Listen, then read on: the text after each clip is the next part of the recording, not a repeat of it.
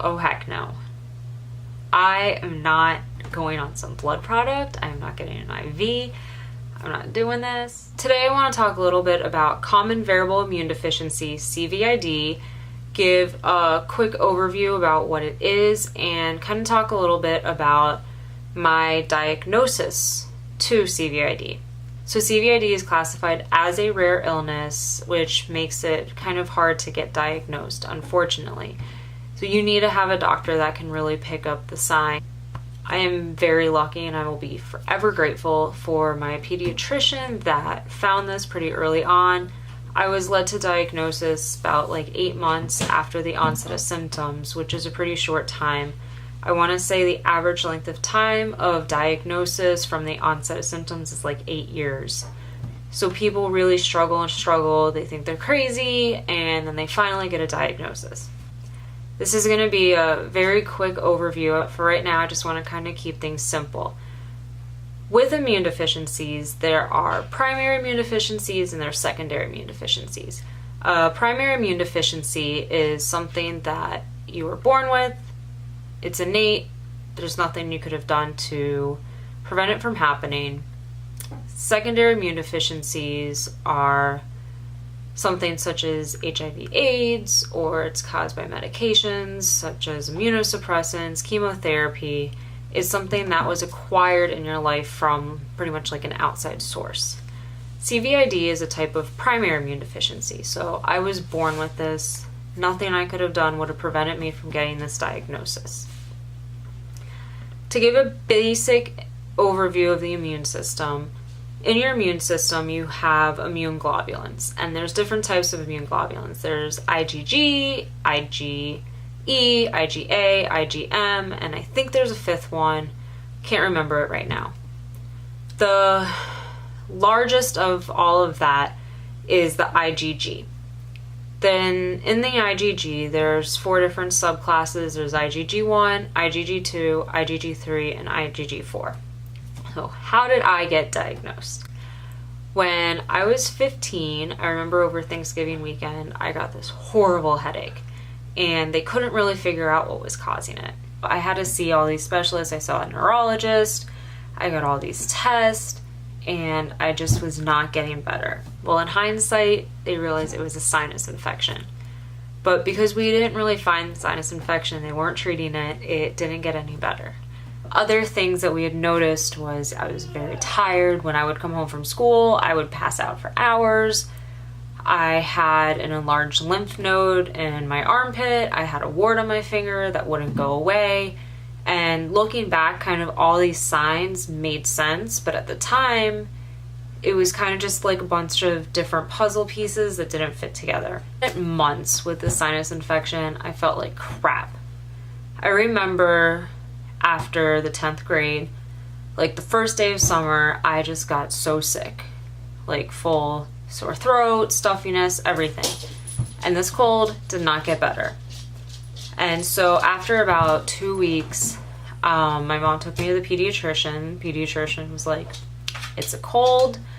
My white blood cells weren't elevated. Everything looked fine. Sorry if you hear background noise. My dog's running around. Everything looked fine. But she was going to test for allergies. My pediatrician later admitted that she was at the end of the rope. She had no idea what was going on with me. She didn't know what to test. She threw in the blood test for the immune globulin levels as this is my last guess, and that's that. I'm just doing the test. And guess what? That's what ended up coming back low. Now, the doctor that called my mom back with the results was not my primary pediatrician. It was one of the partners. He calls back. He's like, I picked up the phone. He's like, oh, everything looks great. And here I am. I'm still sick. It's now 4 weeks since the onset of the cold, and I'm not feeling too hot. My mom calls back, and she's like, no, I want to talk to my daughter's pediatrician. She's like, something is wrong with my child. The doctor's looking through the blood work, and he's like, oh, well, on the last page, there's a flagged item, but it's usually not something that's common, but just book an appointment with your regular pediatrician. I had already been starting to see an allergist, trying to see if I had allergies. When I went to the allergist, I was negative for having allergies, but I had to go back for like the second panel or whatever. And when I went to the allergist, they actually had said to me like that I made this blood test up. And I was like, I don't even know what this crap is. That this doctor's saying I'm blowing this thing and whatever. I see my regular pediatrician, who is the same doctor that I've seen since birth. So she's known my whole medical history. And she looked at it, she looked at my mom, and she's like, you know, I've known Christine her whole life. I've known how often she's been sick. I know how often she's been in here for antibiotics. She was, I think we should look further into it.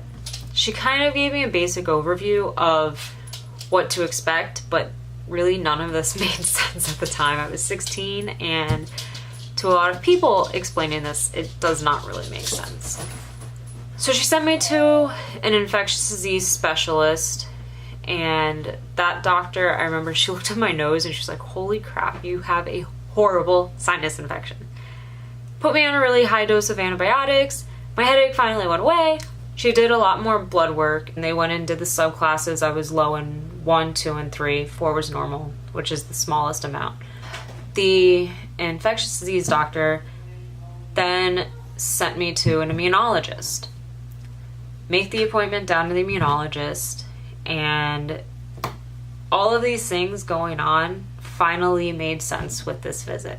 That first visit with the doctor, I want to say my parents and I spent like an hour with him. He ordered a buttload of blood tests.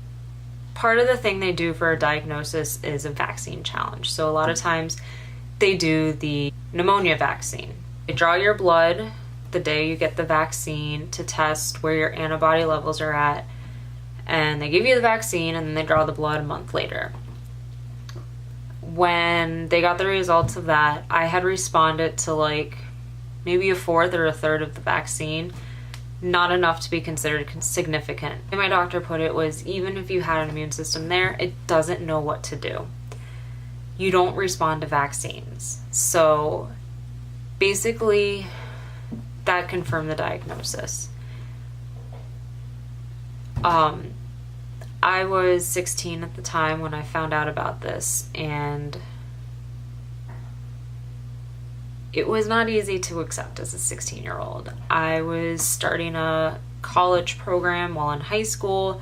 I was questioning if I could make it through this program. It was supposed to be really rigorous. I didn't know what to do. I was being told I had to go on this blood product for treatment, and I really did not want to accept it. It was a lot to be a teenager and to process it all.